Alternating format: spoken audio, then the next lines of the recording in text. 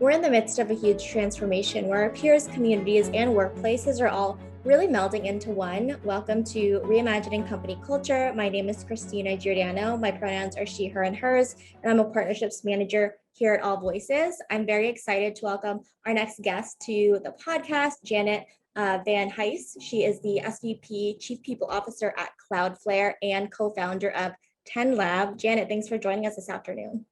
Thanks, Christina. Thanks for having me. I'm so excited to be here. Yeah, of course. If you want us to start off by telling us a little bit about yourself, including your pronouns, and this can be anything, but what's recently brought you joy? Oh, such a great question. So my pronouns are she, her, and hers. And I am coming to you from Berkeley, California, right outside San Francisco. My COVID office is my kids' playroom. So I'm surrounded right now by princess dresses that my mom made for my 3 daughters and magnet tiles and calico critters and the like. I've been in the Bay Area for about 20 plus years, working in HR and tech for most of that. We'll talk about that journey, I know, today. And as you said, head of people at Cloudflare. We're a cybersecurity company. We're about 10 years old. We power 25 million internet properties. Went public in 2019, and have been really, I think, one of the lucky companies during the pandemic. We've really been able to continue to invest in our team and continue to grow as a company. And I'm really excited to get through the pandemic and kind of on to our next phase of working, which I'm excited to talk to you about today. Yes, absolutely. Looking towards the future. And I definitely wanted to ask you about your personal journey up until this point and how you see that really leading you to Cloudflare and leading the people team. Yeah, I mean, I'll say that, well, one, like many HR leaders, I didn't start my career thinking I was going to be an HR leader one day. And I also didn't start my career like thinking about climbing a corporate ladder. I graduated from college with a ton of debt and car payments and all that stuff. So I was really like trying to climb out of the hole. And it actually kind of brought me to HR. So I'll tell you the story. I was a middle school teacher. And so I taught for a few years in the Chicago suburbs where I grew up. And then my dream was always to come to California. And so came to California, and I was a middle school teacher here. And just like in Illinois, I was working 2 jobs. And so my second job here in California was I joined this startup that was just the 3 founders and my boyfriend, now husband. And it was an internet music company. And this was back in 97.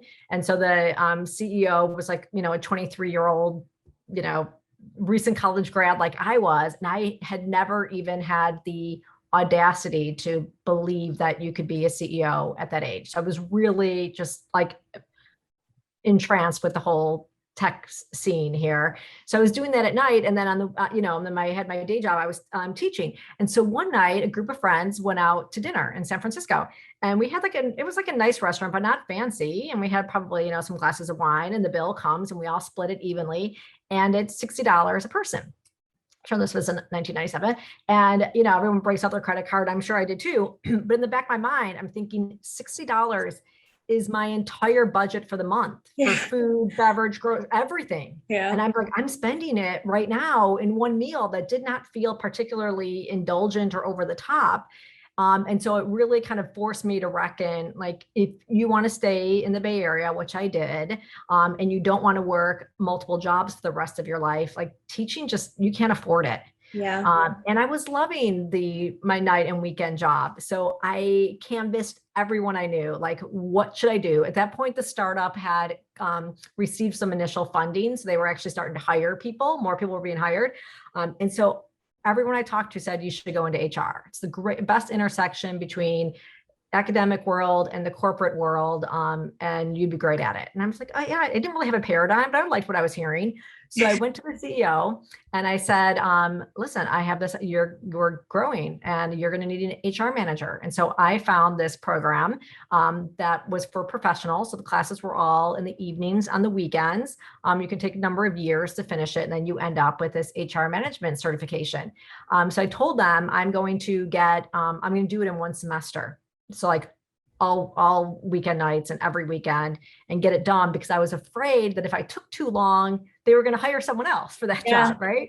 And so that's how I got started in HR. And so that, that company got acquired by AOL. And my next, I was at an online video company, Crackle, that got acquired by Sony Pictures. Then I was the first VP of HR at Twitter. Really early there, less than 100 employees, and was there through the IPO, and it was a few thousand people by the time that I left, and now here at Cloudflare. So not a ton of jobs in my 20 plus years, but definitely a similar story, like small startup that got big or was going through a growth spurt. First two got acquired. Those are great exits. Last two have gone public, excellent outcomes. And so that's been my story to date. That's how I got here. I love that you were a middle school teacher, because oftentimes, especially middle school and elementary school, teachers are just unsung heroes. And once you say it, there is this correlation between academic and just like HR functionality too, in terms of professional development and learning. And talk about initiative as well for that story too, just creating your own path and opportunity, and thinking about the future. And I feel like that definitely tracks for being a co-founder yourself. Outside of Cloudflare too, you co-founded TendLab, which educates employees about the science behind parenting. You mentioned you're in the playroom right now. How did you determine that there was a need for these kind of resources? Yeah, so actually, I'm really proud of TendLab. And so the way the kind of origin story of TendLab is, I was at Twitter and focused on DEI work in my last few years there. And I met the CEO and my co-founder of TendLab, Amy Henderson. And at the time, she was pregnant with her third. And I had just recently had my third. And she was a bit kind of shell-shocked about finding herself pregnant again, which is the same situation I was in before I had my third. And so I was telling her that I actually was finding 3 easier than 2 as a working mom, and she was just kind of fascinated with that story.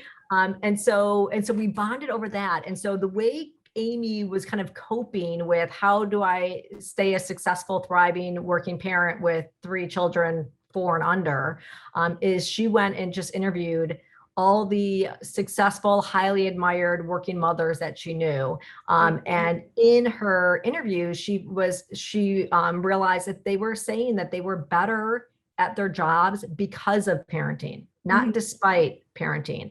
And then Amy's a researcher at heart. So then she starts diving into like the neuroscience and the evolutionary biology of what happens to you as an adult when you become a parent. And so there's very few times in human life that your brain actually changes. So obviously a lot of changes when you're an infant, again, when you're a teen and going through puberty. And then we have this other opportunity as an adult, to experience changes with your brain when you engage in the act of parenting. And you don't need to be a birth parent. You don't need to be either like the biological parent. Just engaging in the act of parenting creates these changes in your brain. And some of them are less activity in the fear center of your brain. So you get more courageous, a little bit more assertive. I didn't know that. The ability to kind of, ruthlessly prioritize, separate the noise from the signal, and then higher empathy and the ability to collaborate. And so Amy's telling me all this, and I, with my HR hat on, I'm thinking, wow, I spend a lot of money with L&D programs, literally to develop these skills that you were talking about, right? Like be more courageous, ruthlessly prioritize, have high empathy. And so I'm like, these are the skills that we need in all leaders in the 21st century. So I'm like, Amy, you're telling me that you get that by becoming a parent. Right. And she's like, yeah, here's the research that proves it. So I was just really inspired by that, saying, okay, if this is the case, then why aren't we as organizations more embracing of parents in our workplace and more welcoming? Like the narrative around parents in the workplace has not been a positive one for many decades. And so, so the work of TendLab, yes, is to use the research and science to show that, that parents build these skills. And I think it's obvious to organizations that they're valuable. So that's what TendLab is all about. That's amazing. And I love that it is research-based. And I think that a lot of people would know kind of the stats that you shared and how your brain changes, and you're right, organizations are shifting to really kind of help with caretaking overall as well, but focusing specifically on parenting right now. How do you at Cloudflare think about supporting working parents with children across all ages, because the needs are definitely different based on the age group and what year they are in school? Yeah, it's very true. And we'll talk more about like, wow, families were really hit hard during Yeah. this pandemic. But one of the things that, there's an interesting parenting story and introducing Cloudflare to me, in that I was on a break between my last two jobs, and I was reading about this organization called Path Forward. I don't know if they're on your radar, but they're based in New York, Okay. and it's a nonprofit. And what they do is they help folks who have 5 or more years work experience, but left the workforce for 2 or more years because of caregiving. And they work with companies to give them these returnships, 12 to 16 week program where they'll go and they'll work for a company. Ideally, then they convert to a full-time hire at the end. But I had tried to pull off like building my own internal path forward at Twitter, and I just never did before I left. And so I was reading about this organization, Path Forward, and I'm like, this is even better, right? Because it can operate more at scale than just one company doing it on their own. And so I was super interested in who Path Forward was partnering with here on the West Coast. And Cloudflare was one of the first companies that was working with them. Incredible. And I thought, these companies are smart because this is such an overlooked talent pool. These are seasoned workers. They tend to be women. They weren't all women, but for the most part, it is people who left the workforce in order to raise their children. And so I thought, these companies are smart to like really gain access to this talent pool and be open-minded about this. And so it got me to start investigating, like, who is this Cloudflare? Like, what is this company? I'd never heard of it before. And weirdly, I swear I'm not kidding you, like a week later, my former boss, so Twitter's former CEO, reached out and said, "Hey, Janet, Cloudflare is looking for a head of people. Do you want to talk to them?" I was like, yes, I do. I literally just got introduced to the company through this really cool thing called Path Forward. And so I knew that Cloudflare cared about having a culture where parents could thrive.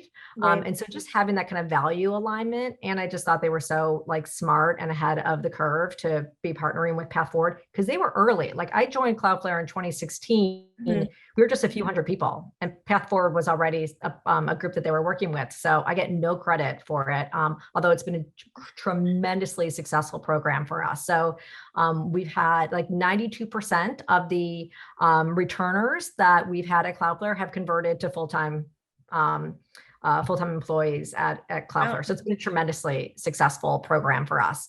But yeah, it's been super important to the company that we really do keep a focus on parents and understand, what might be a barrier to them thriving. So the number one kind of input I have to parents at Cloudflare is one of our ERGs that's called Cloudflarence. And it's mothers, it's fathers, it's caretakers of all kinds. And so when the pandemic hit, I basically kind of did a SOS call to them because all of a sudden you had parents who either didn't have, the schools had closed down, so now they're homeschooling their children, or their caregiver, places of care shut down, so now they have caregiving responsibilities, whatever the case may be. And so we really leaned in to understand what they would need. And I even created a specific task force, like through COVID, knowing that this would be a temporary thing, but definitely something that would be really difficult for our caretakers. And one of the interesting things that came out of that is I started thinking, okay, we should start looking at what will job sharing look like? What will part-time work look like? Because I kind of expected our parents to just kind of like throw up their hands and say, okay, I need to go part-time or something. And my head of total reward said to me, Janet, we can prepare for that, but I feel like if someone needs to ask for that, that means we've failed them. And I'm like, no, this is just like smart preparation. She said, no, we should as a company be able to accommodate the needs through this really uncertain time. And so I really called on that task force to be a conduit for me. Like, where can I help? What are the things that are getting in the way? And what can we as a company do to better support you through this? So that was definitely a big part of kind of navigating through the pandemic and like early stages. One of the things that I found interesting with that group is they didn't want part-time work. They needed a lot more flexibility in their schedule, right? And so their workday was discontinuous because they might need to check in and help with homework or the Zoom setup, or it's lunchtime. So their hours are more disjointed. And actually the overwhelming response I got from the task force was we don't want to fail our team members, as we kind of juggle all of these things. And so one of the things that we did a lot was we had a weekly all hands. We had that prior to the pandemic. So it wasn't anything new. But regularly at the all hands, our co-founders, the CEO and COO, they would get up and they would acknowledge this was uncertain times and unprecedented. And we all had a lot that we were juggling, and that we wanted, number one, take care of yourself, make sure that you are safe and healthy. Number two, take care of your loved ones, make sure that they are safe and healthy. And if there's anything left, then let's do good work for the company and take care of our customers and be good team members. But it's in that order. And that message was delivered a few times because we played the long game at Cloudflare. Like, we know that this too shall pass, and folks will come back and they're going to try their hardest and do their hardest. And so really kind of leading with empathy it's a big thing at Cloudflare all the time, but I think it was definitely a big part of kind of navigating this uncertainty through the pandemic. Yeah, and I think leading with empathy and also having leaders within the company restate those list of priorities in that order is so important for modeling, and just to ensure that you're seeing employees as a full person too, with a full life and responsibilities, and more likely than not taking care of a lot of folks in their homes too. And as you mentioned, the other side of caregiving is, if you have aging friends or family friends, and as well as parents and just family members in general, do you think about kind of supporting them in a similar or different way, and just asking that community for what they're looking for at Cloudflare as well? Yeah, that's such a good question. So yeah, when we did that task force, it was actually a caregivers task force, not parents. We made sure that we had people who were either taking care of elderly parents, or maybe they had a spouse or a partner or a family member that was vulnerable to the disease. And so they had to be much more restrictive. And I think they were living with a lot more fear.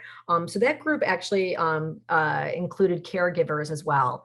We brought TendLab in, and they did a lot of like keynotes about, kind of navigating the times of uncertainty and balancing the needs of the family and work. They did listening sessions. So then we were able to kind of hear, folks were able to talk amongst themselves and then be able to report back to me in a way of like, here are the patterns and trends that we're seeing. So we definitely really did lean in on caregivers during the pandemic. But it is something that as we, I think about, not maybe it's a crisis that we're facing, but certainly an opportunity. All the especially working mothers that have left the workforce in the last 12 months, like, how are we going to get them back to work? So whether it's more returnships or I'm hoping one of the silver linings is that we normalize employment gaps. So I think in the past, that's kind of why Path Forward exists, right? Hiring managers, recruiters, they see that employment gap and they get nervous about it. So they just move on to quote unquote a safer candidate. And so I think we all have a real opportunity to bring these mothers and women of color back into the workforce as this pandemic ends. I feel like it's definitely crisis level, but I'm really looking at it as a great opportunity. Yeah, absolutely. I think in times of crisis, there's also an opportunity to get really creative. And like you said, too, this pandemic has taught us that there's a possibility for flex work and just working with folks to design their work schedule that's most efficient, and they're taking care of all of their various priorities. I know that you mentioned that Cloudflare and you are thinking about just really that time for employees, but I know sometimes, especially high achievers, are just like burnt out during this time because it's hard to separate the personal and the professional. And sometimes, especially on the East Coast too, I'm hearing that a lot of folks are working at midnight, depending on their industry as well. How are you thinking about proactively preventing burnout on the team? Yeah, that's real, by the way. I think everyone being at home and just really not having those boundaries. So just to give you some context too, prior to COVID, Cloudflare was everyone in the office Monday through Friday. We were very much like an in-person, on-premise sort of company. And then the pandemic, obviously changed all that. And we realized, well, we're actually kind of good at this, and it makes sense. We were already a global distributed team. So we were used to using Google Docs, we're used to Zoom and Hangouts and all the technology that allows us to, kind of meet virtually. And so we've learned a lot in these last few months, and we know that we're not going back to everyone in the office. The future is a lot more flexible. And I'm really excited. I think of this as like another opportunity. But the boundary part, especially through the pandemic, was really hard. And so again, there was a message that we reiterated at our weekly all hands, right? To like early in the pandemic, it was right around spring break. And so we had a bunch of folks say, should I still take the time off because I'm not taking that trip, you know? And so we were like, yes, more than ever. Please, And it's not going to be that vacation that you dreamed about, and it's probably going to be a staycation, but having that time off is still really important.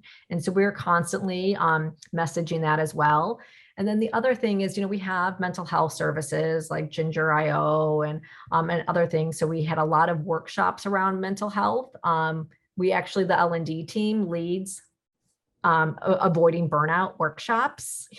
So we're definitely like not skirting the issue, right? We know that it is definitely real. I feel like, coming out of the pandemic, we're starting to feel that fatigue. Oh, I forgot to answer like where I found joy. That's okay. Initial question, because it was, for me, it was getting vaccinated. Like I really started crying. I didn't realize how much fear I was holding, and then have my dad get vaccinated, and so I didn't have to worry about him anymore. So I think that's where I found my joy. So now I think as we're all starting to see the light at the end of the tunnel, you do realize how exhausted you are and how much we have been carrying, whether it's emotionally, physically, and whatever. So I do think that the burnout is real, and I think companies really need to be addressing it and making sure that their employees are healthy. One of the interesting things about Cloudflare is, we have a ton of employee resource groups, and we have the traditional like Cloudflareans, and a lot of other employee resource groups are more traditional around gender identity and race and ethnicity. But we also have employee resource groups like Mindflare around mental health, and Soberflare, and understanding sobriety, and even experimenting with detoxing and things like that. And so we really leaned on our employee resource groups to help us through the pandemic, to help us build community, besides just the people that are on your direct team or your cross-functional team. The ERGs really help build community across Cloudflare. And they really, each one of them kind of leaned on their strengths. So Mindflare does meditation workshops and like heart-based meditation, mindfulness. Soberflare helped us all had like a mocktail workshop. There are all kinds of really cool things that happened through the pandemic. But I appreciate that you kind of punched up mental health, because I think that has definitely been a real concern, whether it's families juggling a ton or with caregiving, or I'm living alone and I've been isolated. Yeah, that's real. Yeah, we have almost 2,000 employees around the world. So there's a lot of diversity there, and diversity of the needs. So I've been really trying to be really open and honest about our employees' experiences through this. Yeah, absolutely. Every employee is different. And I think from the examples that you shared too, whether it's community events, employee resource groups, really helping lead the charge there as well, offering meditation. Everybody is different. So the way that they recharge and just prevent burnout is different for everybody, but there are opportunities to take advantage of as well. So definitely glad to hear that. And another kind of question I had too was related to employee resource groups and really Cloudflare's diversity, equity, and inclusion strategy. I saw that, there was a response to the anti-racism movement that we saw last year in June, with the goal of on June 18th, learning about bias and the history and psychological effects of racism and how it could show up in algorithms and just different ways in our lives, which is great in terms of learning and development there. Can you share a little bit more about the strategy there and how you really measure progress? Yeah, so one of my favorite things about Cloudflare is that the diversity, when we talk about diversity and the need for diverse teams at Cloudflare, it isn't a check the box. It's not because it's good PR. It's not a nice to have. So I especially love to hear our founders talk about reaping the benefits that diversity offers, more innovation, better decisions, better financial results, like all the good things that there's decades that show why diversity is important for a company. So we believe if we're going to realize our potential as a company, we need to build diverse teams. And so that is it feels fundamentally different than some other places that I've worked, where it feels like I've got to do this, not this is how you build a great business that's going to endure for generations. I want to actually tell you a little bit of the backstory about that Juneteenth day that we call the day on learning and inclusion. So after the George Floyd murder, a lot of companies were declaring Juneteenth as a day off. And so I went to our AfroFlare ERG and I said, should we do that? Should we have a day off? And it was their idea to like, let's not do a day off, let's do a day on, and let's have really great external speakers come in and topics that you covered, Christina. So the history of race and racism in the US, the psychological implications of racism on people of color. I mean, it was really, how bias shows up in technology.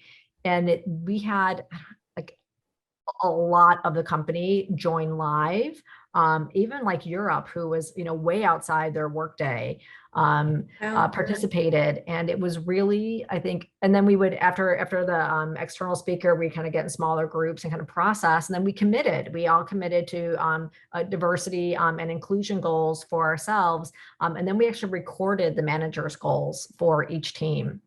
For their team. And we are doing the same thing again this year. And so we believe that more diverse teams are critical to our success and future as a company. We set goals for ourselves every year. We measure the progress against them. We're very transparent about how we're doing. And we really, make it everyone's job to help increase the diversity of the team. So whether it's help with referrals that increase our diversity, whether it's helping create a culture where people are able to do their best work, safe, welcome, respected, with a sense of belonging. And so all of that is kind of built into how we operate.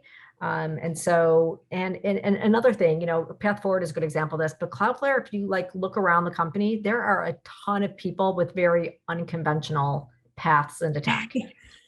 There's some companies I worked for, it's like you either had to go to these 5 schools or have these few companies on your resume, or else for whatever reason you weren't qualified, which is so asinine. And it really limits your talent pool. I think it, limits a lot. I think it's going to limit your future. But Cloudflare has always been really open to that. Talent comes, many different ways, and really being able to identify that in an interview and not rely on, I think, proxies for talent, artificial proxies, previous companies and education. So I really appreciate that Cloudflare has a lot of people with unconventional paths.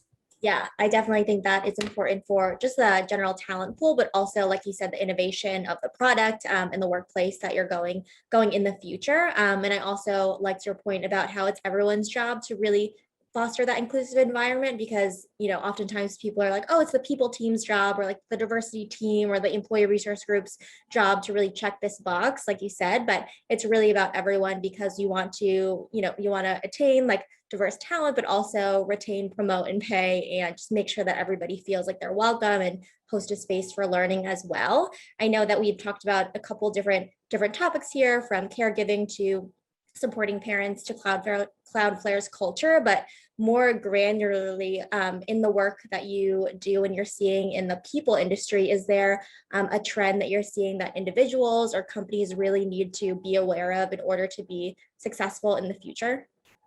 Yeah, I think the big one right now is, I'll start with what I think is one of the silver linings of COVID. And that is, I do believe that the future of work is more flexible. I think around the globe, companies have realized that kind of, what used to be the Cloudflare's way is in the past. And that people will be able to, and technology is enabling this, work remote kind of by themselves in Billings, Montana, or only come into the office a few days a week, and that you still can have really high performing teams and build a great company that way. So I think that's a silver lining, and I'm excited about that. And I think one of the things that we should all be measuring, and we're certainly measuring at Cloudflare, is we believe that if we're able to hire in more parts of the world, we should be able to build more diverse teams, right? Because in the past, like I said, everyone had to come into a Cloudflare office. Well, Cloudflare offices are all in like major metropolitan areas and Yeah. pretty much the priciest cities around the world. And so you really limit who you can hire when they have to come into the office every day, be within commuting distance of these very few cities. So I'm excited for us to be able to draw from a much larger talent pool. And one of the ways that we're measuring whether or not this is successful is, does it increase the diversity of our teams? But I think the thing that I think, again, is an opportunity and a challenge is, if you look back at hybrid organizations in the past, there's been a lot of evidence that it hasn't been an equitable environment, that people who are in person and come into the office have an advantage, a career advantage to people who are remote. And so I think the kind of call to action for us leaders and managers at a company are to understand, how do we mitigate those biases, or how do we level that playing field? So it doesn't matter if you're remote in Billings, Montana, if you're coming into the San Francisco office 5 days a week, that there's equal opportunity and an equitable experience for both of those individuals. And I think we're going to make a lot of mistakes. But I'm excited for the change. I want to see what we can learn internally. And I'm also paying a lot of attention to other companies. Like, we should all be learning from each other, because we're all in this together, right? There's a ton of uncertainty. This is unprecedented. This is definitely a sea change around where we work. And I'm super excited for it. But I definitely feel like the next few years, we're going to learn a ton. Yeah, absolutely. We're seeing the change as it happens and building the ship as we're on it, as they say. Yeah, literally. But I'm excited for the accessibility of opportunities for jobs that weren't there before. I think you're right that in terms of, if you're in the US, like not living in a major city like San Francisco, like New York, and just having an opportunity to gain those skills as well. And maybe for return trips, like you were saying too, and just around the world globally, we're seeing that shift. Shifting the conversation a little bit, I know you can do a lot of research about kind of your experience and background, but is there anything that people would be surprised to know about you? Professionally, or just me? It can be either or. Yeah. Okay. I guess on the professional side, and this is a silly one, but I have an over reliance on Post-its. And it's one of my silver linings of being at home is you cannot see, Christina, but I have Post-its like on my wall, all over this table. Like either things that, like an idea that's just like a little nugget of an idea that someday I want to pull on it and do something more with, or I don't know, reminders or positive messages to myself when I'm having a bad day, whatever the case may be. I'm surrounded by colorful Post-its, and it is my happy place. And then kind of personally, I'm a scuba diver. And cool. I am really excited to get back underwater and swim with the turtles again. When we're kind of through all this, and vacation is a real thing again. Yeah. Because I'm not getting in, let me be clear, I'm not getting in the bay and doing anything. That water is cold. Yeah, I can only I'm a warm water scuba diver. That's very brave, though. I would not have thought that. And I also love a good Post-it note, and also love color coding them as well to make it look very, very great. Thank you, Christina. I feel seen. Yeah. No, I write so much on Post-its. I've got 3 daughters, the youngest is 7. And she said something like, "Mommy, can you do something?" I said, "Okay, I'll do that like tomorrow." And she's like, "Do you want to write it down on a Post-it?" She knows. I'm like, "Oh, that girl has my number." Yeah. She's just like, she sees you. She's just like, "I want to make sure it gets done. So it's got to be on a Post-it." Exactly. She's like, "Let me write this down for you." I'm like, "Yeah, okay, that's actually a really great idea. Probably better chances of it getting done tomorrow if it is written down on a Post-it." Smart girl. I love it. Is there anything else that you want to share with the folks who are listening in terms of like a call to action, or just a re-emphasis on anything that we discussed? Yeah, I guess I think I'm really excited for this opportunity ahead of us around being more open to hybrid and remote and being flexible. I really think the future is flexible. And so my ask is that we just really put in the work to learn how to create an equitable workplace for no matter where someone is getting their job done. I think it's a really great opportunity for equality and accessibility. And I think it's gonna be better for our industry if we get good at this. And so learn from each other, and let's really make the next 2 years count. Amazing. I think that's a really hopeful message to end on. And also, I think what you said earlier around like we're going to make mistakes is a completely new environment for everyone, and just sharing and having a hard conversation around it is so important. So, Janet, thank you so much for being on Reimagining Company Culture. It was so great to meet you and connect. You too, Christina. Thank you so much for having me. Yeah, of course. And as a reminder for folks who are listening, AllVoices really believes in the empowerment of everyone to speak up and thinks it's a requirement in order for folks to succeed at the organization. We'll talk soon.